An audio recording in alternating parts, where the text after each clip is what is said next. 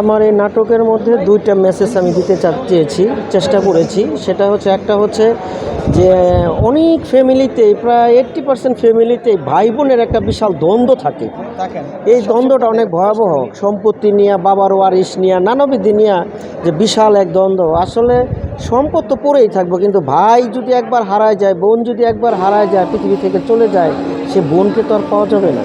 অতএব আমরা যতদিন বেঁচে থাকি সম্পত্তির লোভ লালসা না করে ভাই বোনের বন্ধনটা যেন চির অটুট থাকে, এই একটা উদ্দেশ্য।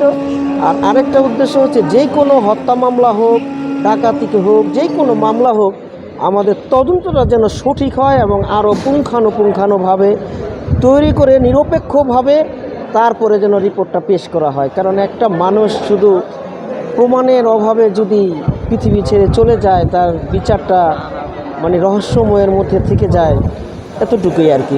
এটার উদ্দেশ্যেই নাটক।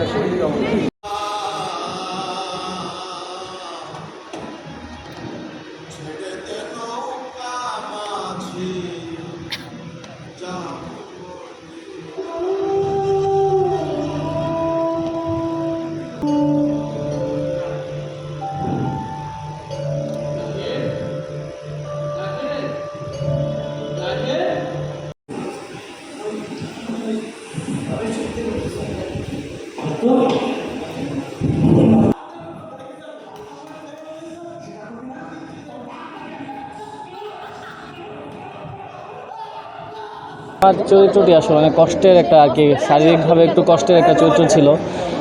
প্রথমত দর্শকদের জন্য বলতে চাই, আসলে মানুষ মাত্রই ভুল, তবে আমরা এমন কিছু ভুল না করি যে ভুলের কারণে মানুষের জীবন চলে যায়। আপনি একটা জিনিস দেখতে পাবেন যে আমাদের গ্রাম অঞ্চলে আশেপাশে যে মানুষ আসলে মিথ্যা মামলা দিয়ে পাশের বাড়ির মানুষকে ফাঁসিয়ে দেয়, যাকে একটু হ্যাসেল করার চেষ্টা করে, এই কারণে যে যার বিরুদ্ধে মিথ্যা মামলা হয় সেই বুঝে যে আসলে তার যন্ত্রণাটা কতটুকু।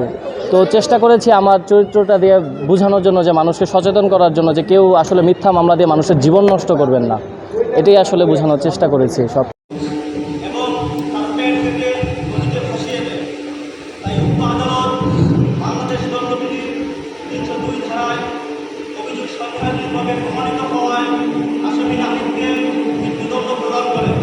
নাটকটা অনেক হৃদয় বিদারক।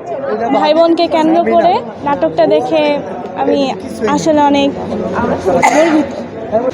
নাটকটি খুবই গল্প নির্ভর একটি মঞ্চনাটক ছিল। নাটকটি দেখে আসলে আমরা মনে হয় যে সমাজে যে অসঙ্গতিগুলো আছে এগুলো ফুটিয়ে তোলার কিছুটা চেষ্টা করা হয়েছে, এবং সেটি সফলভাবেই ফুটিয়ে তুলতে পেরেছেন আমাদের শ্রদ্ধেয় জাহাঙ্গীর আলম ঢালি ভাইয়া, এবং সকলের পারফরমেন্সে খুবই মনোমুগ্ধকর ছিল। আমি আমার অনুভূতি ব্যক্ত করতে পারবো না, কারণ আমি যখন অভিনয়টা করি তখন আমি ফিল করতে পারি যে একজন নির্দোষ ব্যক্তিকে যখন তার শাস্তি দেওয়া হয়, তার ফ্যামিলির দিক দিয়ে কী পরিস্থিতি হয়, কী কষ্টটা হয়, আমি তা অনুভব করতে পারি। নিজের ভাই না হলো আমি অনেক আমি ইমোশন হয়ে যাই যখন এই ক্যারেক্টারটা করি, তখন অনেক খারাপ লাগে। আইন চলবে তার নিজস্ব গতিতে। একটা মামলা প্রমাণ করা অথবা আসামিকে খালাস দেওয়ার বিষয়টা সম্পূর্ণ নির্ভর করবে সঠিকভাবে, যথাযথভাবে তার সাক্ষী উপস্থাপনের মাধ্যমে। অনেক সময় দেখা যায় অনেক নির্দোষ আসামিও সাক্ষীর কারণে তারা শাস্তি ভোগ করে। যে কারণে আজকে যে মামলার যে বিষয়বস্তুটা ছিল সেখানে পর্যাপ্ত সাক্ষী উপস্থাপন করতে ব্যর্থ হয়েছে বিধায় কিন্তু মামলার ফলাফলটা কিন্তু একটু বিপরীত দিকে ধাবিত হয়েছে।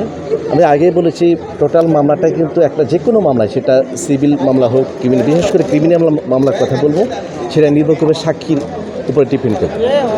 একটা সাক্ষী যদি পর্যাপ্ত হইতে পারে, দেওয়া যায়, তাহলে মামলা সেটা প্রমাণিত হবে।